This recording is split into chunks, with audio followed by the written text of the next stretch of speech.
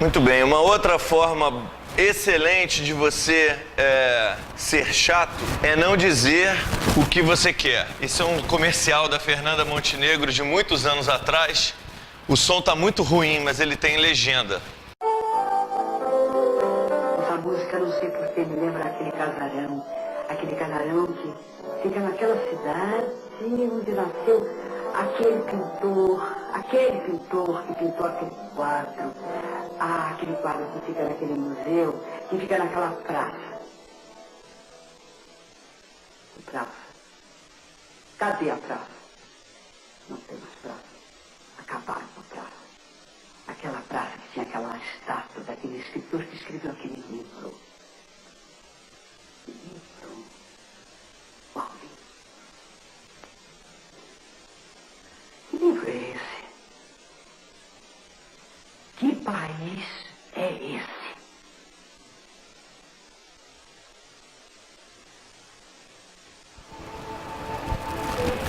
É um comercial, né, sobre a memória do país. Eles têm uma série de comerciais sobre a ditadura, não esqueçam do que aconteceu. Mas ele é interessante para a gente como exercício. Acende, por favor. Porque ele mostra como o uso desses pronomes demonstrativos, né, deixa o texto vago. Mostra muitas vezes aquilo que a gente viu na aula passada, da sua superficialidade. Quando você sabe, mas não sabe direito, é isso que acontece na hora que você escreve, né? Nada mais chato para quem está lendo do que ler e não receber informação nenhuma ali, né? É aquela coisa, falou e não disse nada. Esse é o tipo de coisa que deixa o texto chato e que a gente tem que evitar. Um dos truques que vocês podem usar para não deixar um texto chato é usar não só um tom pessoal na hora que você escreve, mas dar informações pessoais. Quanto mais pessoal você tornar um texto, mais você vai chamar a atenção das pessoas. Porque a coisa que mais chama a atenção das pessoas é a vida dos outros. Não é porque as pessoas gostam de fofoca que a vida dos outros chama a atenção. É o contrário, é porque a vida dos outros chama a atenção e isso é importante biologicamente, que as pessoas gostam de fofoca. Então esse artigo que eu escrevi no ano passado, eu começo falando uma história da minha vida, dessa amiga antropóloga com quem a gente discutia, e depois falo, pô, você deve estar achando estranho um texto que se propõe a ser sério, de divulgação científica, começando com a história da minha amiga, que além de antropóloga era linda, e que eu na verdade estava sempre tentando saber alguma coisa legal para impressionar ela, e acabava que só ela me impressionava, eu continuava mais apaixonado e ela, né, mais distante. Mas enfim, depois a gente fala. Você pode nunca ter notado, mas a conversação entre pessoas que se conheçam bem, sejam elas colegas de trabalho, parentes ou velhos amigos, se detém por mais nunca, né? Nenhuma conversação se detém por mais tempo do que o necessário em um tópico que não seja o comportamento, as ambições, os motivos, as falhas de caráter ou os casos amorosos de pessoas conhecidas, estejam elas presentes ou, principalmente, ausentes. Em outras palavras, nada desperta mais a atenção das pessoas do que a vida alheia. É por isso que a fofoca é um hábito universal e as telenovelas a principal forma de entretenimento em todo o mundo. O artigo discorre ainda sobre as razões para que isso aconteça. Um elemento-chave no meio ambiente humano que recompensava a inteligência era a presença de outros seres humanos. A gente tende a não só acreditar, mas a gente tem muito incorporado na ideia da seleção natural de que o ambiente é a principal força evolutiva. É verdade, só que não o ambiente físico. O que nós podemos... Hoje está fazendo 1 ano do terremoto no Japão que causou o acidente nuclear de Fukushima, né?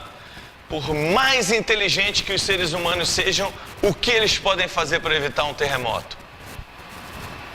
Nada. o que nós podemos fazer contra forças do ambiente que tem uma magnitude muito maior do que nós podemos lidar com ela?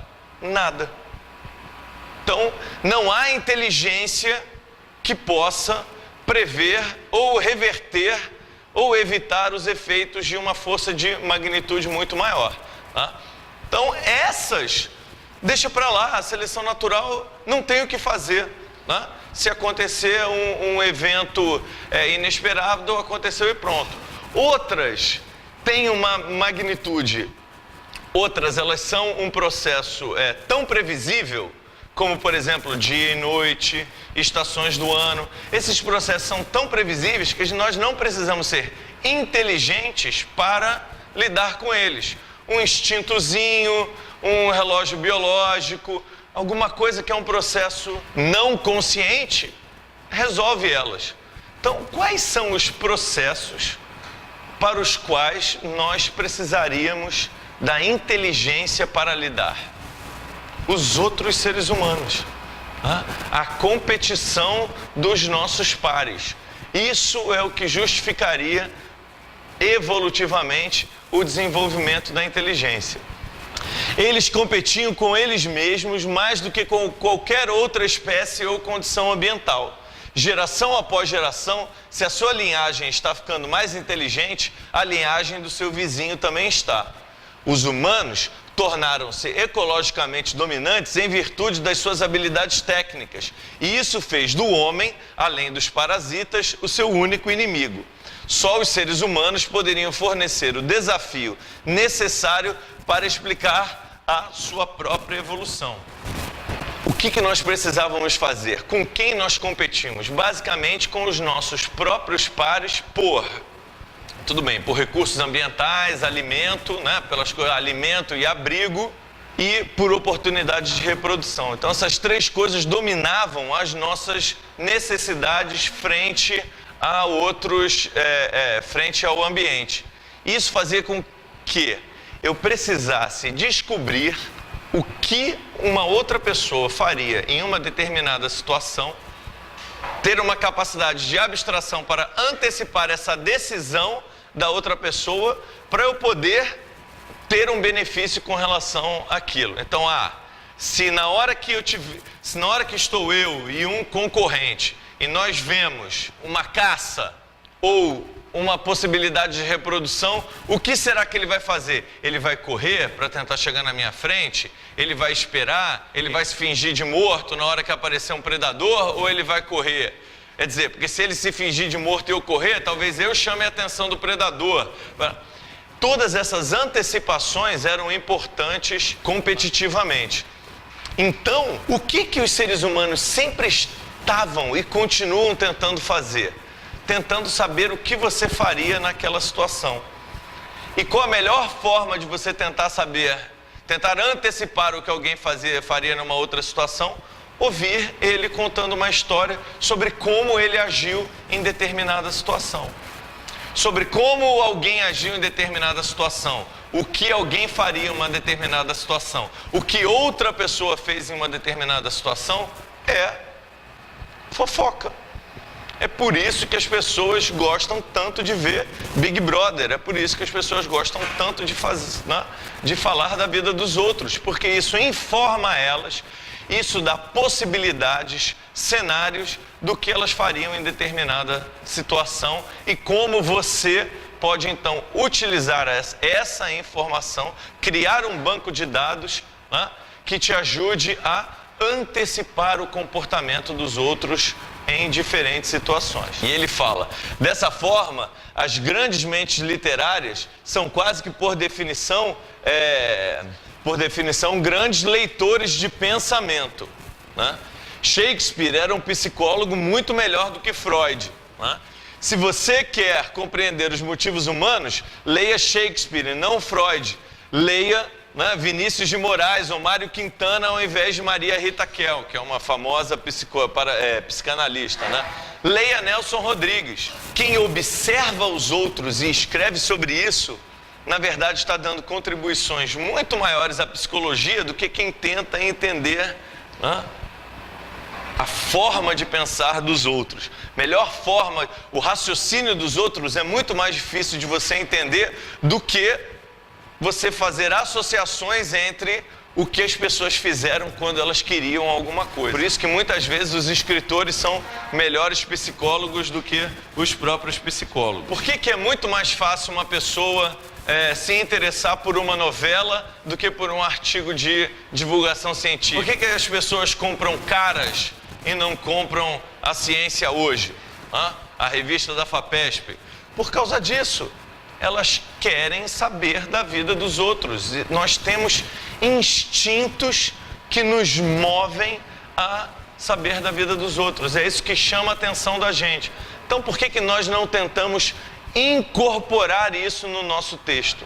Isso não vai deixar o nosso texto menos sério. Ao contrário, você vai conseguir chamar a atenção do cara para uma coisa que é séria. E talvez a gente consiga, tendo essa pequena manipulando o nosso leitor um pouquinho, dar para ele o que ele quer e o que é importante ou o que é interessante para a gente. Então essa é uma dica de como não transformar, de como fazer com que o seu texto não seja tão chato.